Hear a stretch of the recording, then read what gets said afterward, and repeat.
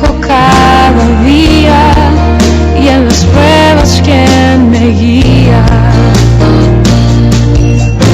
Podría estar perdido con... En el nombre del Padre, del Hijo y del Espíritu Santo. Amén. Jesús, luz verdadera que ilumina a todo hombre, luz que llega a este mundo. Nosotros sabemos que tú has venido de Dios, el Padre, para ser nuestro Maestro y que enseñas los caminos de la verdad. Las palabras que oímos de ti son espíritu y son vida, pero vienes digno de abrir el libro rompiendo el sello. Tú solo, tú que dices cuidar con nosotros y nos compraste para Dios con tu sangre. Danos a conocer los misterios del reino de Dios y las inagotables riquezas de tu corazón. Descúbrenos los tesoros de la sabiduría y de la ciencia de Dios que en ti se ocultan. Haz que tu palabra penetre nuestras almas, guíe con luz nuestros pasos, ilumine nuestras señales, hasta que luzca el día y se disipen las tinieblas. Tú que vives y reinas por los siglos de los siglos. Amén. Muy bien. Nos quedamos en la primera carta a Timoteo, la semana pasada, y terminamos también el capítulo 5, donde hablábamos aquello de los consejos tan cercanos, tan paternales de San Pablo a su querido y entrañable discípulo Timoteo, como el detalle ese de no bebas, échale un poquito del vino al agua, no bebas agua sola, y que explicábamos que más que rebajar el vino y hacer de dos cosas buenas una mala, como dicen los expertos, era más bien una llamada a que no fuera tan rígido en su penitencia, porque todo apunta a que él había decidido tomar agua directamente, ¿no? Y entre que andaba un poquillo delicadillo de salud y tal, el propio Pablo le dice, no, toma un poquito vino con agua. Y, bueno, detalles de padre, como os decía el último día. Y ahora vamos a abordar directamente ya, y casi lo mejor es empezar leyendo, y leemos los dos primeros versículos del capítulo 6. Los siervos que están bajo el yugo de la servidumbre tengan a sus amos por acreedores a todo honor, para que no sea deshonrado el nombre de Dios ni su doctrina. Los que tengan amos fieles no lo desprecien por ser hermanos, antes sírvanles mejor, porque son fieles y amados los que reciben el beneficio. Esto es lo que debemos enseñar e inculcar. Efectivamente, Pablo es un incansable predicador de la libertad, aunque sea un desconocido de cuantos hoy presumen o abanderan precisamente la causa de luchar porque sean libres, porque la gente, porque no haya esclavitud. Pues bien, es una pena que esos que se dicen luchadores por la libertad desconozcan, y más que desconocer es ignorar, que el cristianismo sí que luchó y lucha de verdad por la abolición de toda esclavitud, siendo no una revolución, sino desde dentro, un fermento espiritual y una doctrina revelada que publica la paridad de todos los hombres ante Dios. Ante Dios todos somos iguales, y quien lo dice alto y claro precisamente es la Iglesia Católica, ¿no?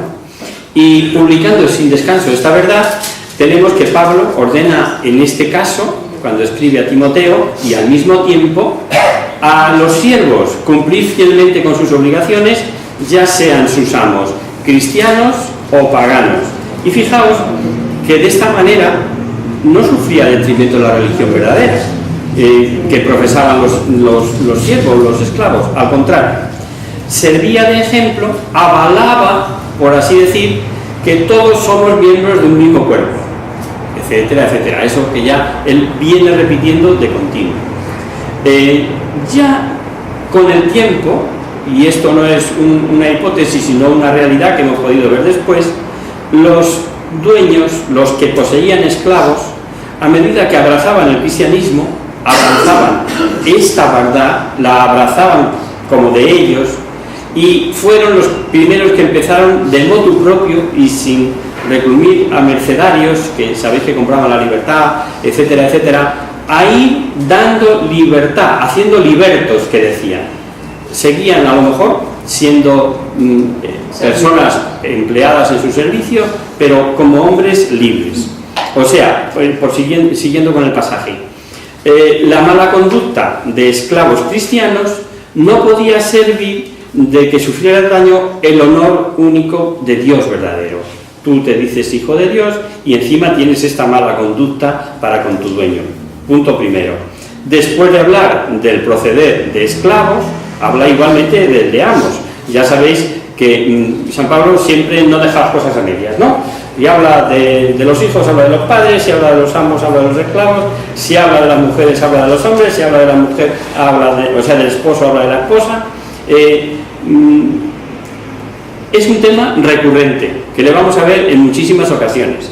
Y desde luego debía de haber verdaderos problemas cuando San Pablo, en este mundo lleno de esclavos, recurre continuamente a ello y previene tan repetidamente de que no se predique esto así. Vamos a seguir leyendo, del 3 al 5.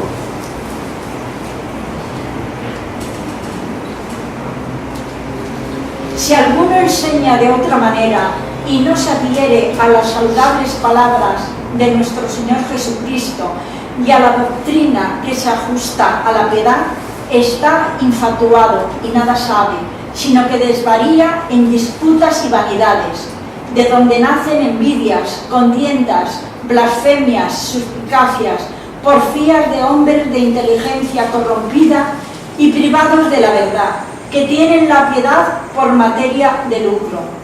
Pero es gran negocio la piedad si uno se contenta con lo que tiene. Nada trajimos al mundo y nada podemos llevarnos. Hasta ahí. Vamos a analizar luego a partir de ahí.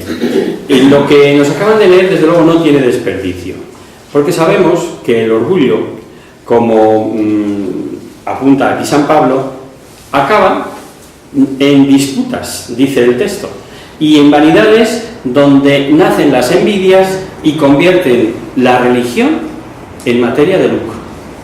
Y fijaros que al decir lucro no siempre hablamos de pelas, no siempre hablamos de dinero, de lo económico, sino otros lucros, como son ansia de poder, fama, inteligencia superior, reconocimiento, etcétera, etcétera. Y todo esto hemos de tener en cuenta, los cristianos de siempre, pero hoy más que nunca, por la cantidad de personajes y personajillos que surgen en esta línea, ¿no? Teólogos sin carné, los llamaba don Salvador Muñoz Iglesias. Pero vamos a seguir escuchando las acertadas palabras que dirige a Timoteo. Ahora leemos 2 versículos, del 6 al 7. Y ciertamente lo es, pero para el que se contenta con lo necesario.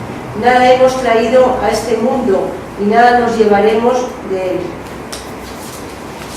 Sí, termina, mientras... Debemos contentarnos con tener lo suficiente para comer y vestir, pues los que quieren enriquecerse caen en la tentación. Hasta ahí, es decir, no aspirar a más, no trajimos nada al mundo, nada podernos llevar de él, con que tengamos lo necesario para vivir dignamente, contentos con eso, es lo que viene a decir. Gran lucro de piedad, contentarnos con lo que tenemos. La piedad es una gran ganancia porque es útil no solo para la vida presente, sino para la futura. Y como allí no vale el dinero, ya lo sabemos, el lucro que se obtiene es poseer a Dios. ¿Y os parece poco? Dios, que es la fuente de todos los bienes. Este último versículo casi sería pecado o ensuciarlo comentándolo. Dice: nada trajimos al mundo y nada podemos llevarnos de él. Pero si sobra todo comentario, sí quiero haceros o llamaros la atención sobre un detalle. Sabéis que las traducciones, siempre de lo único original, cada traductor traduce a su modo, según los conocimientos, según la riqueza de los idiomas que posee, según también para los destinatarios que traduce. Ha salido infinidad de veces en estos encuentros nuestros con la palabra de Dios, ¿no? Y, por ejemplo, os decía, las traducciones latinas, que por otro lado nada hay que objetar. En Sudamérica es frecuente el uso de ustedes, y nosotros leemos una traducción de esas y de repente te encuentras a Jesucristo llamándote de usted y como que no te cuadra, ¿no? Pero es a lo que voy, y sin embargo para ellos tiene el sentido del tú, o sea, del sentido que para nosotros tiene el tú.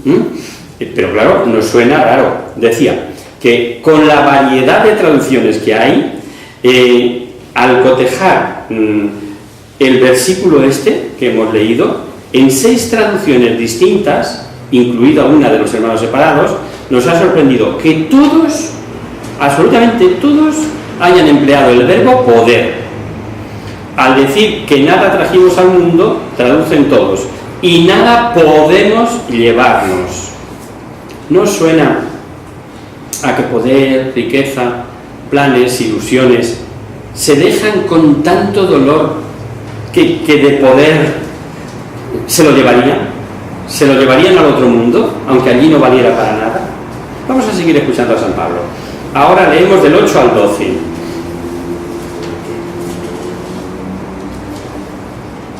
Teniendo con qué alimentarnos y vestirnos, sintámonos con ello contentos. Pues los que quieren enriquecerse caen en la tentación, en lazos y en muchas codicias insensatas y funestas que hunden a los hombres en la ruina y la perdición. Porque la avaricia es la raíz de todos los males, llevados de la cual algunos se apartaron de la fe y se infligieron en sí mismos muchos dolores. Sigo.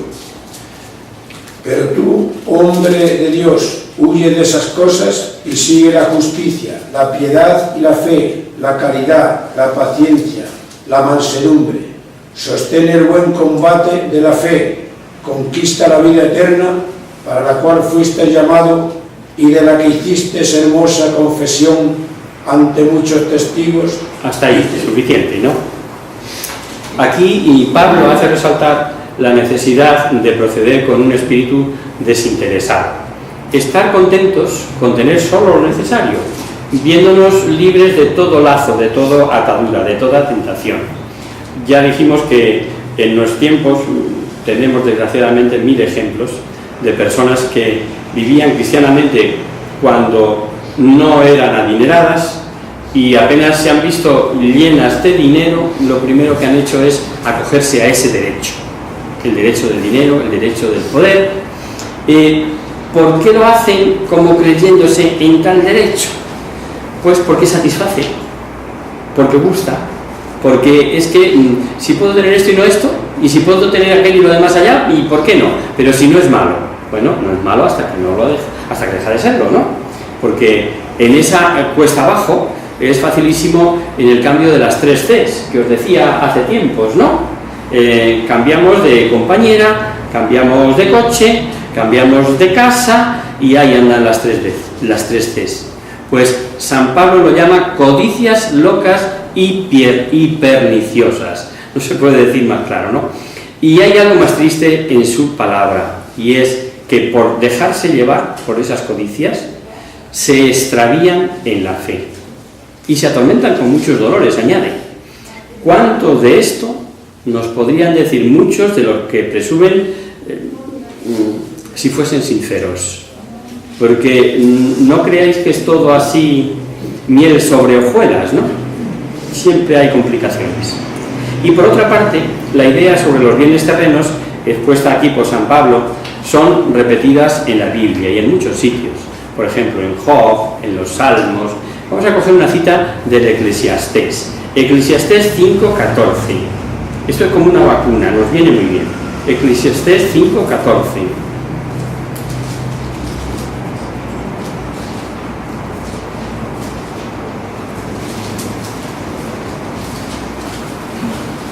¿Alguien lo tiene? Es que como no era de San Pablo, os he pillado. Eclesiastés 5:14.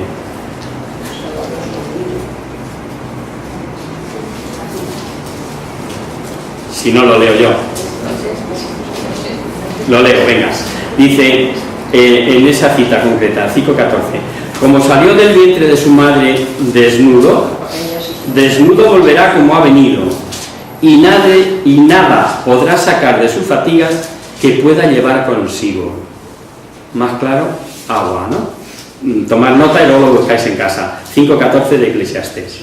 Y el final del capítulo, del capítulo 6 que estamos leyendo de la primera carta a Timoteo, vemos que lo dirige a su discípulo de una manera directísima, es de tú a tú.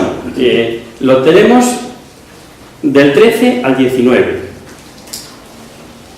Delante de Dios, que da vida a todas las cosas, y de Cristo Jesús, que dio testimonio de la verdad ante Poncio Pilato, te pido que guardes el mandamiento sin mancha y sin reproche hasta la manifestación de nuestro Señor Jesucristo, manifestación que a su debido tiempo llevará a cabo el bienaventurado y único soberano, Rey de reyes y Señor de los señores, el único que posee la inmortalidad, que habita una luz inaccesible, a quien ningún hombre vio ni puede ver.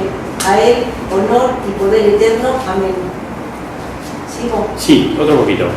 A los ricos de este mundo recomiéndales que no sean orgullosos y que no pongan su esperanza en las riquezas caducas, sino en Dios, que nos provee abundantemente de todas las cosas para que disfrutemos de ellas, que hagan el bien, que sean ricos en buenas obras, que sean generosos y estén dispuestos a repartir con los demás lo que tienen.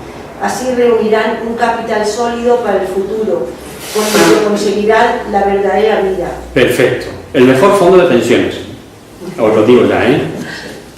Procedo de la banca y claro, esas cosas se me pegan, ¿no?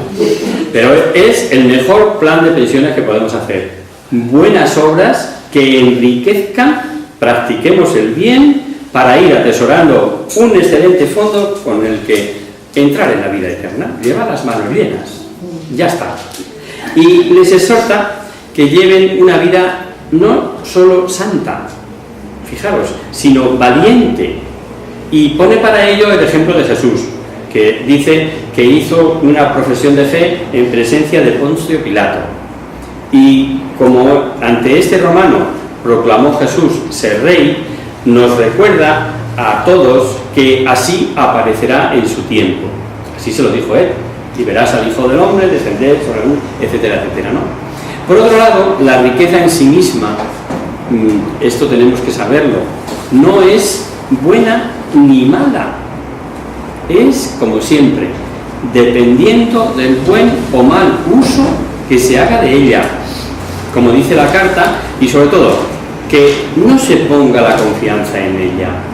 Que la confianza no sea que tengo el riñón cubierto, que tengo mis necesidades, que tengo mi pensión, que tengo mi... No, la confianza, con ser reserva innecesaria, no ha de estar ahí. La confianza ha de estar en Dios. Por los últimos versículos que vamos a leer, en el epílogo, leemos 20 y 21 que queda. Oh Timoteo, guarda el depósito a ti confiado, evitando las palabrerías vanas y las contradicciones de la falsa ciencia, que algunos profesan extraviándose de la fe. La gracia sea con vosotros. Perfecto. Timoteo, como a todos los obispos, o lo que es lo mismo, como a toda la Iglesia, le toca guardar el depósito de la fe. Durante los 21 siglos de la Iglesia no han faltado en su seno ni listorros, ni otro tipo de doctores, ni tampoco interesados en intentar que la Iglesia diga lo que ellos quisieran que dijera. Tampoco ha faltado a lo largo de la historia posesos odiadores que han pretendido precisamente romper ese tesoro que ha sido dado de generación en generación. Y aquí tenemos una tremenda responsabilidad. Somos un eslabón más de la cadena. Y si no somos llevadores del verdadero mensaje de Dios, mensaje de Cristo, estamos siendo traidores. y por otro lado, como dice, necios que no han comprendido qué es el Espíritu Santo. Porque el Espíritu Santo es el que defiende la tradición y el que inspira a la Iglesia para esta recta interpretación de la palabra. Y de este modo tenemos el todo completo. Lo hemos dicho ya en otras ocasiones, no quiero pararme aquí, pero Biblia y tradición viva de la Iglesia. La tradición y la Escritura igual a verdad revelada. Una observación que estamos seguros que sobra, pero por si acaso. Al decir que a la Iglesia le toca ser fiel guardadora del depósito de la fe, no olvidemos que Iglesia somos nosotros también. Y todos estamos obligados a que esa verdad revelada se transmita tal cual, defendiéndola, no adulterándola. Y con esto hemos llegado al final de la primera carta de las que llamamos apostólicas, de las que son personales, las que Pablo dirige a sus queridos discípulos Timoteo y Tito. Y claro, terminando la primera de Timoteo, parecería propio que siguiéramos con la segunda Timoteo. Pues va a ser que no.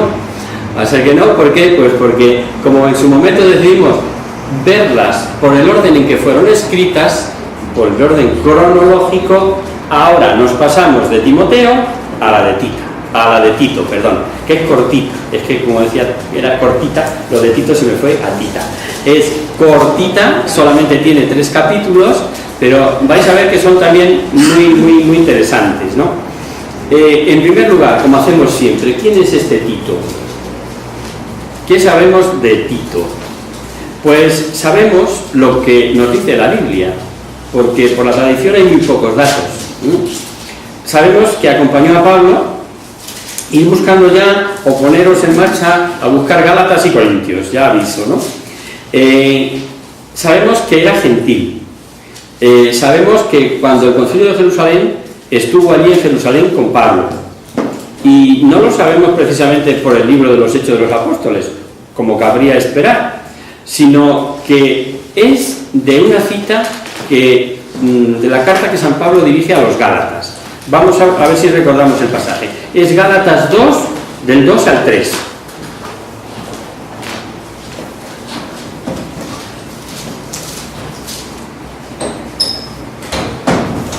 Y alguien que vaya buscando 2 Corintios 8. ¿Tenemos ya Gálatas?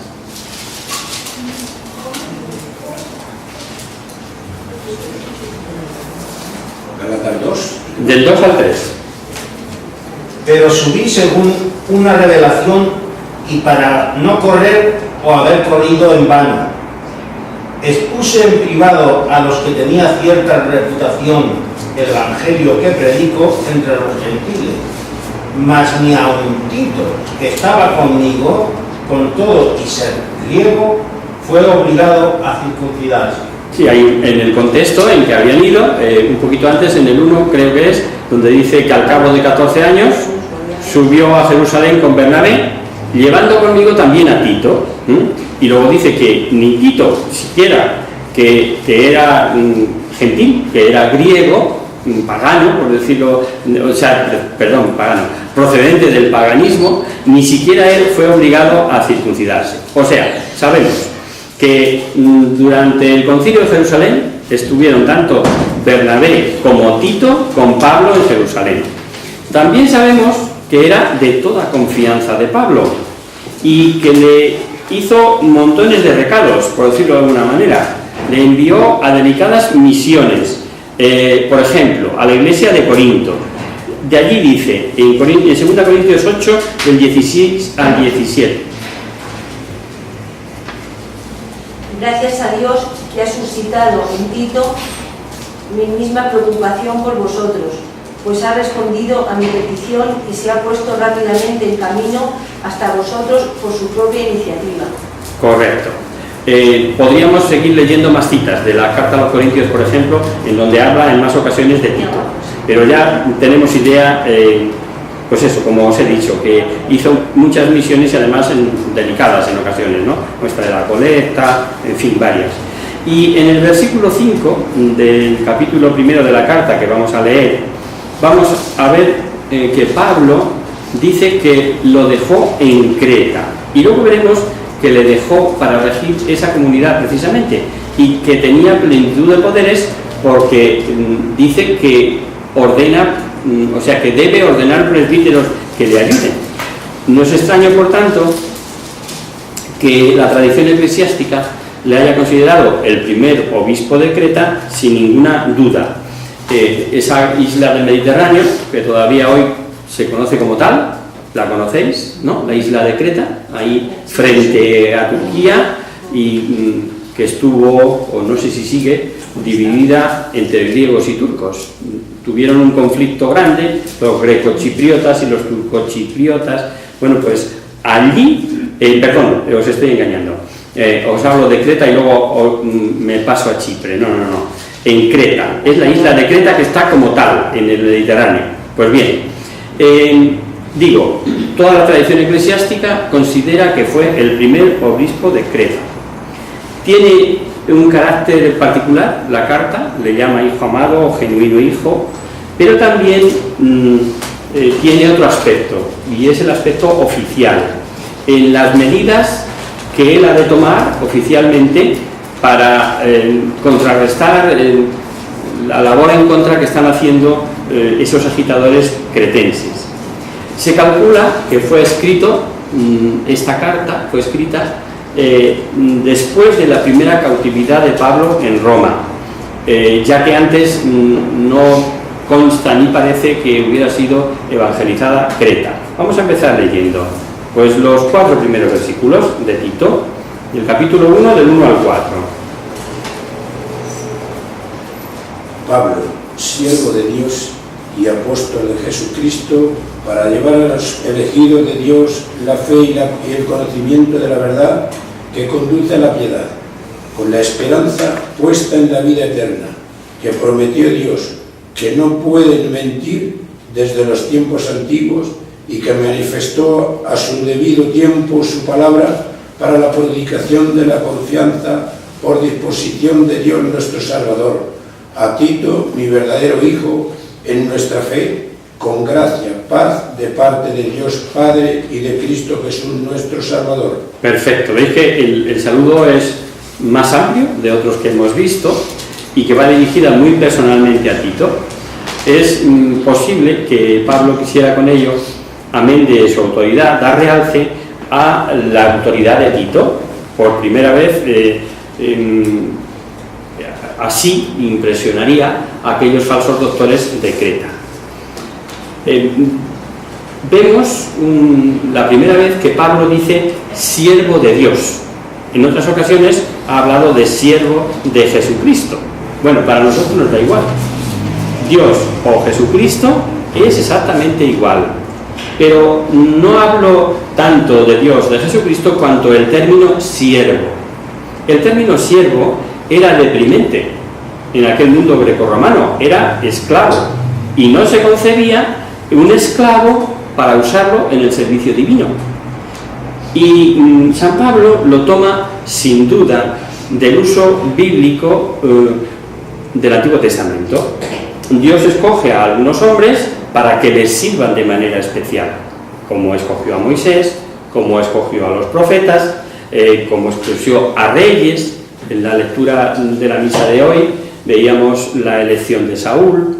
Pues bien, la expresión conforme a la fe y al conocimiento de la verdad que se ajuste a la piedad nos está diciendo que no se trata de una verdad meramente especulativa, sino que está ordenada a hacer que los hombres den a Dios el culto debido, el culto divino.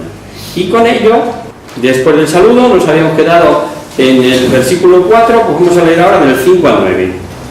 Te dejé en Creta para que acabases de ordenar lo que faltaba y constituyese por las ciudades presbíteros en la forma que te ordené, que sean irreprochables, maridos de una sola mujer, cuyos hijos sean fieles, que no estén tachados de liviandad o desobediencia, porque es preciso que el obispo sea inculpable como administrador de Dios, no soberbio, ni iracundo, ni dado al vino, ni pendenciero, ni codicioso de torpes ganancias, sin hospitalario, amador de los buenos, modesto, justo, santo, continente.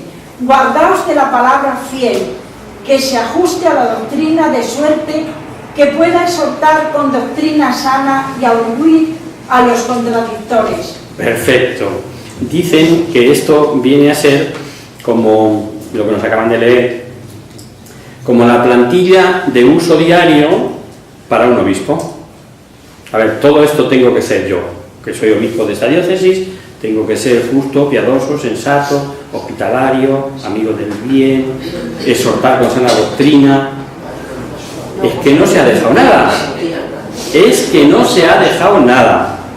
Se deduce que tras la liberación de su primera cautividad de Roma, Pablo debió de evangelizar esta isla de Creta.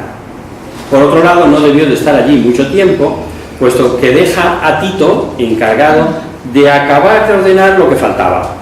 Y se ve la importancia también de contar con almas consagradas, con ministros, y por ello le encarga que ordene presbíteros por las ciudades. Ya hemos hablado en otras ocasiones, pero lo repito, que los términos obispo y presbítero en estos primeros escritos son sinónimos en muchas ocasiones, e incluso en la forma de expresión nos puede resultar contradictorio, porque en este mismo pasaje ha dicho lo primero presbíteros, al decir las cualidades que ha de tener, dice porque el obispo ha de ser, podría haber dicho porque el presbítero ha de ser, y por otro lado vemos que es con mayor autoridad que presbítero, por lo tanto en nuestra concepción obispo o episcopo, como dicen otras traducciones que tenéis por ahí, porque le ordena ordenar presbíteros. Nos damos cuenta en distintas ciudades.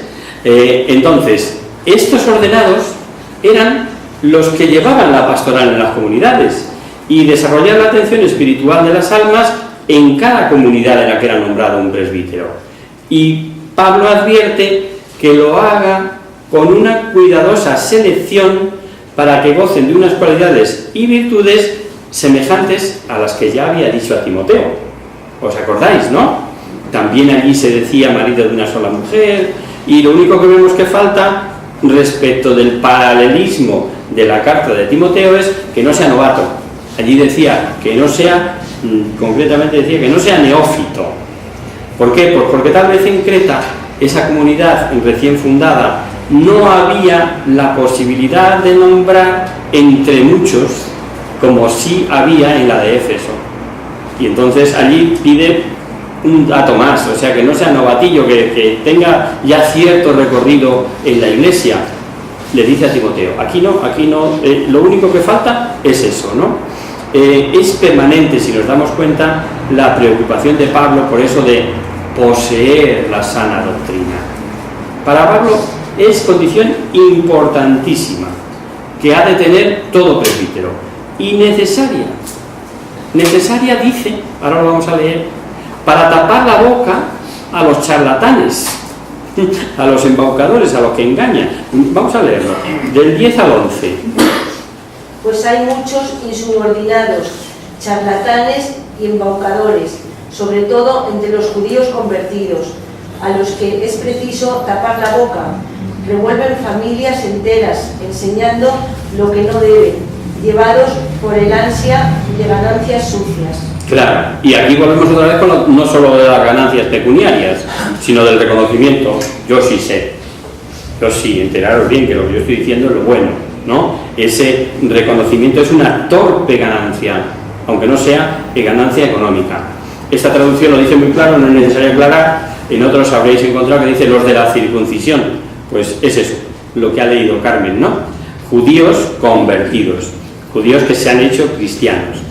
Y Pablo hace uso de una frase de uno de sus pensadores. Leamos, del 12 al 16 ahora.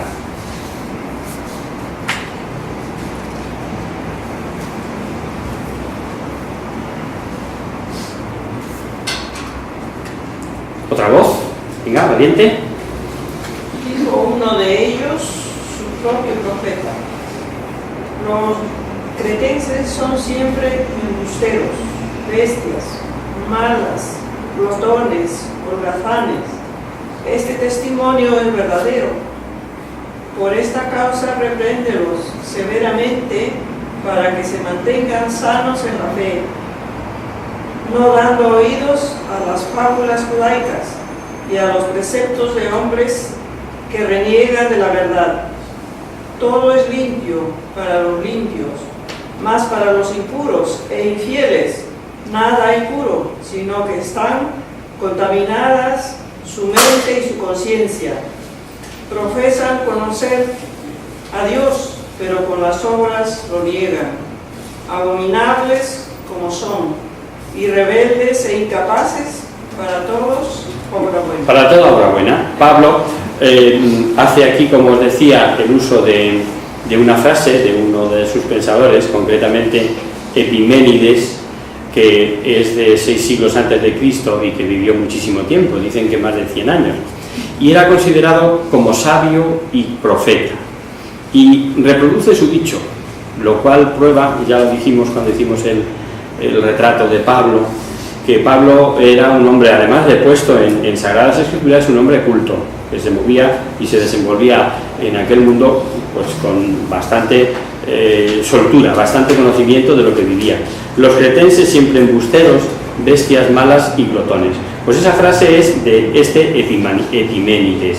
Y fijaos si tendrían fama de mentir, que hasta se había forjado un verbo para significar mentir, y si decía de ellos perpetuos mentirosos, en su idioma, claro. Era una fama que habían adquirido al gloriarse de poseer el sepulcro de Zeus, nada menos, el dios de la mitología griega. Ellos aseguraban que lo tenían ellos allí, en Creta, ¿no? Pues bien, si unimos a esto el que también tenían fama de desenfreno en la comida y en la bebida y con arte para vivir a costa de los demás, entendemos mucho mejor lo que Pablo dice de ellos. Y como dato curioso, diremos que había un proverbio antiguo que decía que los 3 pueblos peores que comenzaban por la letra Kappa griega, nuestra C, eran cretenses, capadocios y de Cilicia. Y San Pablo era de Cilicia, curioso, ¿no? Porque Tarso corresponde a la región de Cilicia, como sabemos, ¿no? Pero bueno, curiosidades aparte, que pueden hacer un poco más distendido el rollo que os suelto. Vamos a seguir con el texto de la carta a Tito. Ahora leemos del capítulo 2, del 1 al 10, y no la vamos a comentar. Nos vamos a quedar ahí y el próximo día lo retomamos aquí. Cuanto a ti, habla de modo conveniente y ajustado a la sana doctrina, que los ancianos sean sobrios, graves, discretos, sanos en la fe, en la caridad, en la paciencia. De igual modo que las ancianas observen un porte santo, no sean calumniadoras ni esclavas del vino, sino buenas maestras, para que enseñen a las jóvenes a amar a sus maridos y a sus hijos, a ser prudentes y honestas, hacendosas, bondadosas, dóciles a sus maridos, a fin de que no sea infamada la palabra de Dios. Asimismo, a los jóvenes exhórtalos a ser prudentes. Suficiente, vamos a dejarlo ahí, porque como vamos a retomarla para empezar el próximo día, pero para que os hagáis una idea, va a empezar de nuevo, como es su costumbre, a recetar para un lado y para otro. Que empieza hasta por las abuelitas, empieza por las abuelitas. Que las ancianas sean así, que no les vengan pipi, que tal, que cual. Bueno, lo veremos el próximo día si os parece. Ahora rezamos a la Virgen. En el nombre del Padre, del Hijo y del Espíritu Santo. Amén. Virgen, bella como la aurora, desde del cielo, en cuyos rostros se miran los santos y se contemplan los ángeles. Haz que nosotros, tus hijos, nos parezcamos a ti, y que nuestras almas arriba de que no se traiga, sino que brille y lleve de la vida. María, sol del cielo, despierta la vida donde haya muerte, e ilumina los espíritus que hay en tinieblas.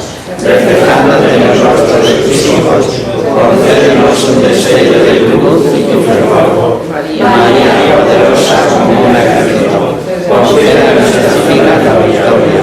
Somos tan débiles y nuestros enemigos